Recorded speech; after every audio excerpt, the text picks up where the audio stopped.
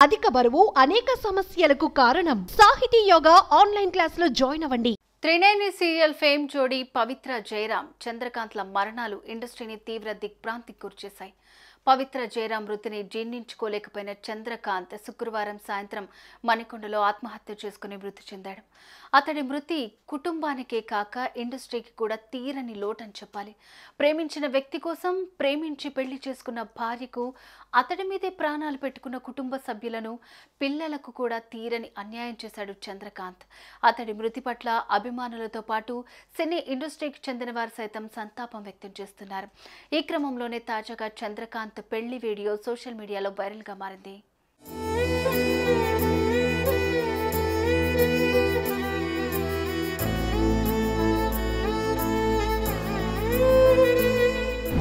హైదరాబాద్లోని సికింద్రాబాద్కు చెందిన చంద్రకాంత్ 2015లో శిల్ప అనే మహిళను ప్రేమించి పెళ్లి చేసుకున్నాడు. స్కూల్లో చదువుకునే రోజుల్లోనే చందు శిల్పను ప్రేమించాడని వెంటపడ్డాడు. చివరకు చంద్రకాంత్ ప్రేమను అర్థం చేసుకున్న శిల్ప అతడి ప్రేమను అంగీకరించింది. సుమారు 11 ఏళ్ల పాటు వీళ్ళిద్దరు ప్రేమలో ఉన్నారు. చివరకు 2015లో తల్లిదండ్రుల అంగీకారంతో ఘనంగా పెళ్లి చేసుకున్నారు. వీరి ప్రేమకు గుర్తుగా బంగారం లాంటి 2 పిల్లలు కూడా ఉన్నారు. పెళ్లైన తర్వాత ఎంతో అన్యోన్యంగా ఉండేవారు.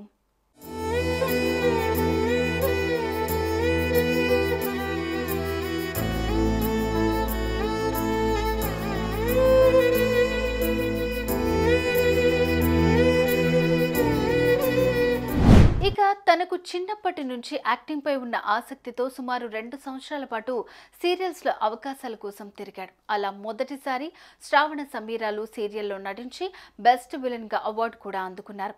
ఆ తర్వాత పలు సీరియల్స్ లో నటించి మంచి గుర్తింపు తెచ్చుకున్న చంద్రకాంత్ త్రినేని సీరియల్ ద్వారా పవిత్రకు పరిచయం అయ్యాడు. ఇక ఈ సీరియల్ వారి జీవితాన్ని మలుపు తిప్పిందనే చెప్పాలి.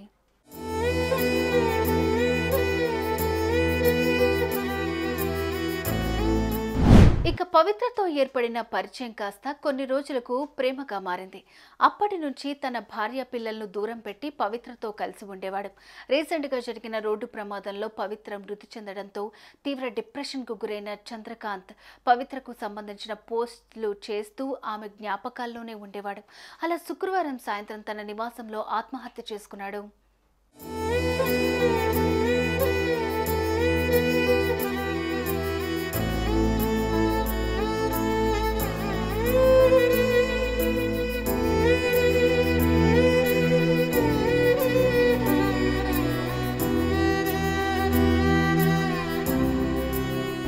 ఇక పవిత్ర జయరాం వల్లే చంద్రకాంత్ మృతి చెందాడని భార్య, చంద్రకాంత్ తల్లి ఆవేదన వ్యక్తం చేశారు. పవిత్రతో పరిచయం అయ్యాకే చందు తమకు దూరం అయ్యాడని, ఆమె కోసం కన్నవారిని, కట్టుకున్న భార్యను, కడుపున పుట్టిన బిడ్డలను కూడా అన్యాయం చేశాడని, వృద్ధాప్యంలో తమకు అండగా ఉంటాడని అనుకుంటే కన్నవారికి కడుపు కోత మిగిల్చి ఇలా అర్థాంతరంగా తనువు చాలిస్తాడని తాము కల్లో కూడా అనుకోలేదని కన్నీరు మున్నీరవుతున్నారు. నేను 2 రోజులే ఉంటా డాడీ, మిగతా ఉండా, పిల్లలను చూసుకో, నేను బతికిన పవిత్ర జయరాం దగ్గరికి పోతున్నా అని చెప్పాడు. అందరి సమక్షంలో చెప్పాడు. అట్లా పని చేయొద్దు, తప్పదని చెప్పి అందరూ పెద్దలు చెప్పారు. నేను పిరికి పని కాదు, అటువంటి పని నేను చేయనని చెప్పాడు. లాస్ట్ నిన్న పొద్దున ఉదయం పోయాను, అదే పని చేసి చూపించాడు. నేను నిన్న సాయంత్రం వెళ్ళా అక్కడికి.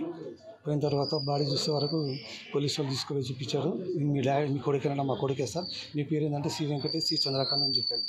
చూసుకోండి సార్ అని చెప్పి మాకు లోపల తీసుకుపోయి రూమ్లో తీసుకెళ్ళి చూపించాడు. బాల్కనీలో ఉంది బాడీ. అట్లనే ఉంది, దాని మూల ఇట్లనే ఉంది. కాళ్ళకు దారం ఉంది, తెల్లది, మెడకు వైర్ ఉంది, అదే తాడు. ఈ క్రమంలోనే చంద్రకాంత్ శిల్ప పెళ్లికి సంబంధించిన వీడియోలు, ఫోటోలు సోషల్ మీడియాలో వైరల్ గా మారాయి. ఇది చూసిన కొంతమంది ఇంత మంచి భార్యకు ఎలా అన్యాయం చేయాలనిపించింది బ్రో అంటూ ప్రేమించి పెళ్లి చేసుకున్నారు. నమ్మి వచ్చిన భార్యకు అన్యాయం చేసి పరాయి స్త్రీ మోజులో పడి కడుపును పుట్టిన పిల్లలకు నమ్మి నీ వెంట నడిచిన భార్యకు ఎలా అన్యాయం చేయాలనిపించింది, ఎందుకు ఇంత అన్యాయం చేశావంటూ కామెంట్స్ చేస్తున్నారు. సుమన్ టీవీలో మీ పర్సనల్ అండ్ బిజినెస్ ప్రమోషన్స్ కోసం కింది నెంబర్కి కాంటాక్ట్ చేయండి.